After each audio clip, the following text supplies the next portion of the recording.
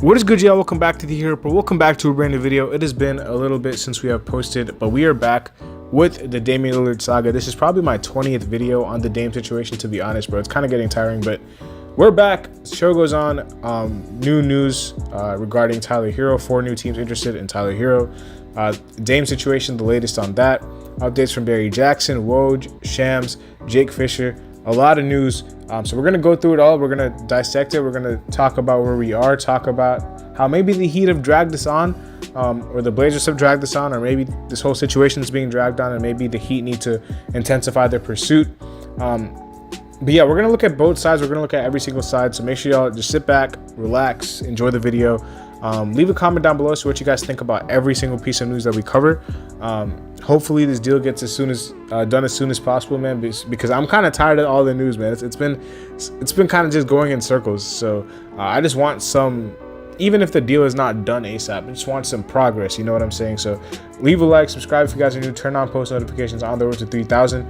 And yeah, let's get right into it. So let's just start off with this latest report on Tyler Herro. So Tyler Herro put out an Instagram story, cryptic Instagram story, with I think a Rod Wave song, and the lyrics were like, "Ain't no friends in this business." But I was like, but he put that lyric, like that specific lyric on his story, and I was like, yo, like that specific lyric on the story, obviously he's frustrated with the news. Like he's sending a message with that, and you know, he obviously wants to be a part of Miami, but bro, it's a business. And he you know, oddly enough, he actually specified it pretty well with that post, because there are no friends in this business. It's a business at the end of the day, and you know, we just have to do what we do to make this team better. Now, it's unclear whether he's gonna for sure get traded or not, but it's looking like it. It's looking like it for sure.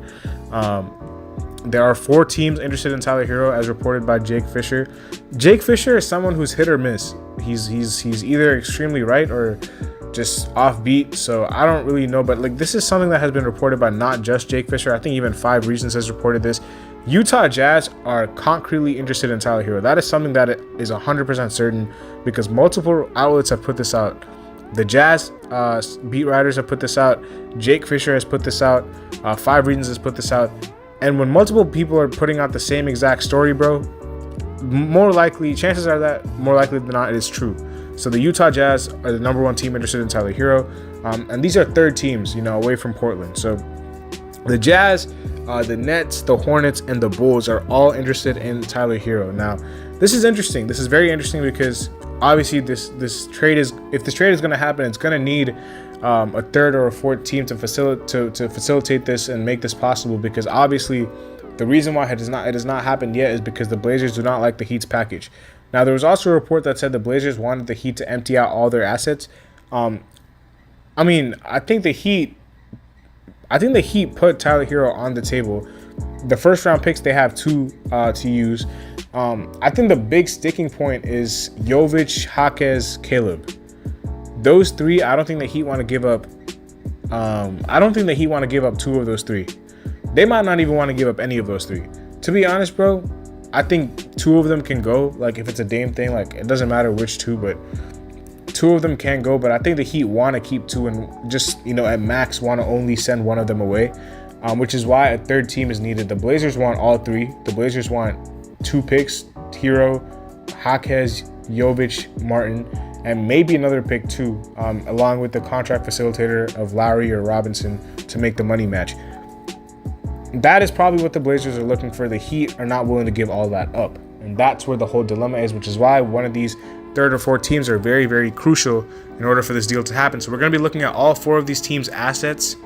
We're going to be seeing, you know, what they all have at their disposal that they can offer to make this deal work. Utah, again, like I said, is a very, very big possibility, man, because, you know, Utah has draft capital from the Minnesota trade. What's it called? From the Rudy Gobert trade. They got 5 first-round picks, so they do have draft capital, and they are very, very interested in Tyler Herro. They do have some young pieces as well. They're a younger team. They have young pieces that can really, really, you know, be appealing to Portland. Colin Sexton is a guy that I would look at if I was Portland, but then again, you did draft already another guard. But Utah does have strong interest in Herro. And, again, like I said, a lot of picks at their disposal, players at their disposal. Chicago doesn't really have the draft assets or the cap space, but they do have, players like LaVine or DeRozan. These guys were on trade rumors. And again, I doubt any of them are going to get traded, but I don't really see Chicago getting Herro, to be honest, unless they give up like a Zach LaVine, because who are they going to give up? Like, they don't really have any young pieces or anything like that. Maybe Patrick Williams if the Blazers really want him, but you'd rather have any of the Heat's assets than Patrick Williams, because Patrick Williams has not really done anything in the league, and he's been a disappointment for a fourth overall pick, just to say the least, man. He's just been a disappointment. So I don't really know what Chicago could give up, but Utah, Brooklyn, and Charlotte I think are very, very big possibilities for Herro to be on either one of them. Charlotte is a little bit tough, I think, just because they have a lot of money wrapped up into Hayward, and I think they extended LaMelo. I think Hayward's contract, is probably something they're trying to get rid of. Young pieces that they have, Bouknight is somebody that they have. They just got back Miles Bridges. They obviously drafted Brandon Miller. So I think if I had to rank the likelihood of Herro from these four teams, I'd probably say Jazz number 1. Nets, I would probably put number 2, Hornets number 3, and Bulls number 4. Just asset-wise, I think the Jazz and the Nets have a lot more assets that the Blazers would want, especially looking at draft capital, because both of these teams, the Jazz and the Nets, have made big trades over the past few seasons where they've yielded a bunch of picks. Nets from the Kevin Durant trade, I think, got 4 first-round picks, and then the Jazz got 5 first-round picks from the Rudy Gobert trade. So those two teams, I feel like, are teams to watch. I think the Bulls and the Hornets can have interest in Herro. I just don't think they have what it takes to facilitate this deal, because I don't really think they have anything that Portland would want, especially Chicago. I just don't really see, especially if Chicago's trying to go into a rebuild, I don't know what DeRozan or LaVine would do for them. Especially when LaVine is another guard and they just drafted guards. I would steer away from guards if I was Portland. So that's why I even shut down Colin Sexton when I brought that up, because I was like, nah, they probably wouldn't go for him. But the Jazz still have players like Ochai Agbaji, Taylor Horton-Tucker. They have guys, even in the front court with Walker Kessler. Obviously, the Jazz won't trade him, but they drafted players like Bryce Sensabaugh, Taylor Hendricks. The Jazz have a lot of young pieces that the Blazers could be interested in, which is why I think they're the number 1 team in my opinion, and they have the most draft capital to offer. So if the Heat are low on picks, because obviously they only have 2 at their disposal, bro, I really do think that the Jazz can be a player in this. Another team that has not been mentioned in this report that I do think can play a part in this is the Suns. And the reason for that is that the Phoenix Suns were discussing a DeAndre Ayton for Yusuf Nurkic swap. Now this is very, very interesting, man. And honestly, I could probably see the most likely option that I'm seeing right now, and that from everything that I'm looking at, all the reports, a 4-team deal between the Heat, the Blazers, the Suns, and the Jazz, I feel like is very likely, bro. This is what it could look like. The Heat will obviously land Dame, a sprinkling of maybe 1 or 2 role players from either the Blazers, the Suns, or the Jazz. The Blazers would land DeAndre Ayton, obviously, because they're talking about swapping him with Nurkic. So Ayton, possibly Kyle Lowry, or Duncan Robinson, but I would probably say Kyle Lowry because he's on an expiring contract. Both Jaquez and Jovic and the 2 first-round picks of Miami. I would probably say that's where the Blazers would land. The Suns would be getting Yusuf Nurkic and somebody from the Jazz, because obviously the Jazz would want Tyler Herro in this situation. So I would say the Suns could be interested in somebody like a Colin Sexton, and then you can have Tyler Herro and maybe a young player or a second-round pick or somebody going to the Jazz. And I think that would be a fair deal for all parties. Something like that. That's just the framework that I just came up with on the top of my head. It's not something concrete, but I feel like that could work. So the Suns, the Blazers, the Heat, the Jazz, I think those are the 4 major teams to keep an eye on. Keep an eye out on this. Toronto is a team that has been rumored to have interest in Dame as well. I just don't really think Dame wants to go to Toronto. So, Toronto does have pieces like Scotty, but they're not giving up Scotty for sure. But they do have some guys that they could, have. But I think they have their own dilemma with the Siakam thing, because I think Siakam should be on the block. So, yeah, man, I think, that's the Tyler Herro's the latest on Tyler Herro. But as far as Dame is concerned, I really do think the Heat it's getting to the point where the Heat are playing a dangerous game with this, because it's already the 23rd of September as I'm recording this video. Training camp is going to start in October, like the first week. Media day, all this stuff is going to happen. They want to get this done, the Blazers, by October 2nd, so they don't have to deal with this after that. If the Heat don't find a competent offer, now obviously the Blazers will not be able to send him anywhere else if another team does not come in with the offer, because the reports have been that the secondary teams that have been interested in Dame have not presented any offer better than the Heat's. So the Heat are still firmly ahead in this race, because Dame obviously wants Miami, and out of all the teams offering, players, the Heat's offer has been, the best, or has been matched by all of these. None of these offers have topped the Heat's offer, because logically, if the player is telling the whole league that he wants to play for one team, no team is just going to give up the whole farm for him. You know what I'm saying? Like if he's so set on a different destination, which is why the Heat have a lot of leverage here. It's just about making sure you get this deal done as soon as possible, which is why I said they might be playing a dangerous game, because, bro, if another team comes in with an offer better than the Heat's, I don't think the Blazers are going to regret. They're not going to,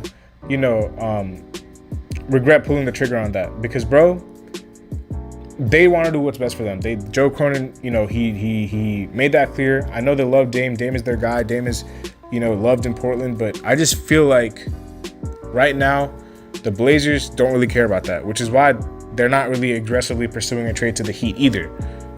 A lot of teams are just, sitting around just trying to make sure that something works out. The Heat are not being overly aggressive about it, which is strange to me, because Barry Jackson put out a tweet saying that they're content with running him back if they don't get Dame. I feel like that's complete nonsense. And if that is true, then somebody needs to be not fired, but something needs to be addressed in that front office if they think that running it back is an option. Because, bro, yes, we got to the finals, but we got absolutely outclassed in both appearances in the finals. Last year, to be honest, we were an 8th seed. We lost out on 2 or 3 key pieces to that run. Gabe and Max, and we probably lost out on somebody else, but Gabe and Max were huge for us, and we just let both of them walk for nothing. So this is not the same team as it was last year. We did add Jaquez and Richardson, but Jaquez is a rookie, and Richardson is not going to replace the three-point shooting of Dame of Max or Gabe. So if we don't get Dame, bro, I don't see this team going back to the finals. I'm not going to lie. Like, I want this team to go back to the finals, but especially with teams like Boston improving, Milwaukee improving. Like, Milwaukee, obviously they're getting older, but they got a new coach. They don't have Budenholzer anymore. Like, listen, you can't just be content with running it back. We made the same mistake in 2021, and we got swept. So, like, it's just not going to work like that. You need Dame. It's Dame or bust, man. Herro, he's a very good asset. Maybe not for Portland, but 4 teams, like I said, do have interest for him, and maybe not just these 4. Maybe more teams want him. So a deal can get done. And as far as potential partners, I'm looking at the Heat. I'm looking at the Blazers. I'm looking at the Suns. I'm looking at the Jazz as the top 4, front runners for a 4-team trade for this to happen. If the Suns are not involved, I'm looking at teams like Toronto. I'm looking at teams like Chicago. I'm looking at teams like San Antonio and Brooklyn. Or OKC, because OKC does have the power to unlock one of the Heat's picks and take off the protections. So these cluster of teams is what I'm looking at in order to facilitate this deal. But the Heat do have to start,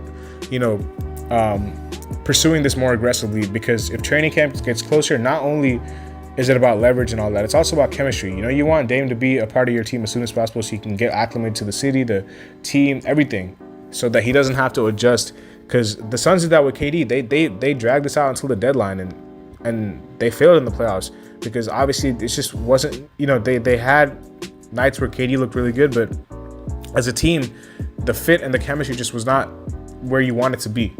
And, you want to make sure you just don't make that same mistake, because if you do, it's going to hurt you. But yeah, we're going to wrap it up there, man. Make sure y'all like the video.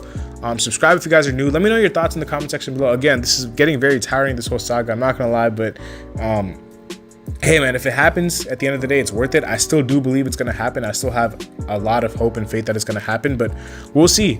We'll see, what happens. I'm hoping the Heat will, start pursuing Dame more aggressively now.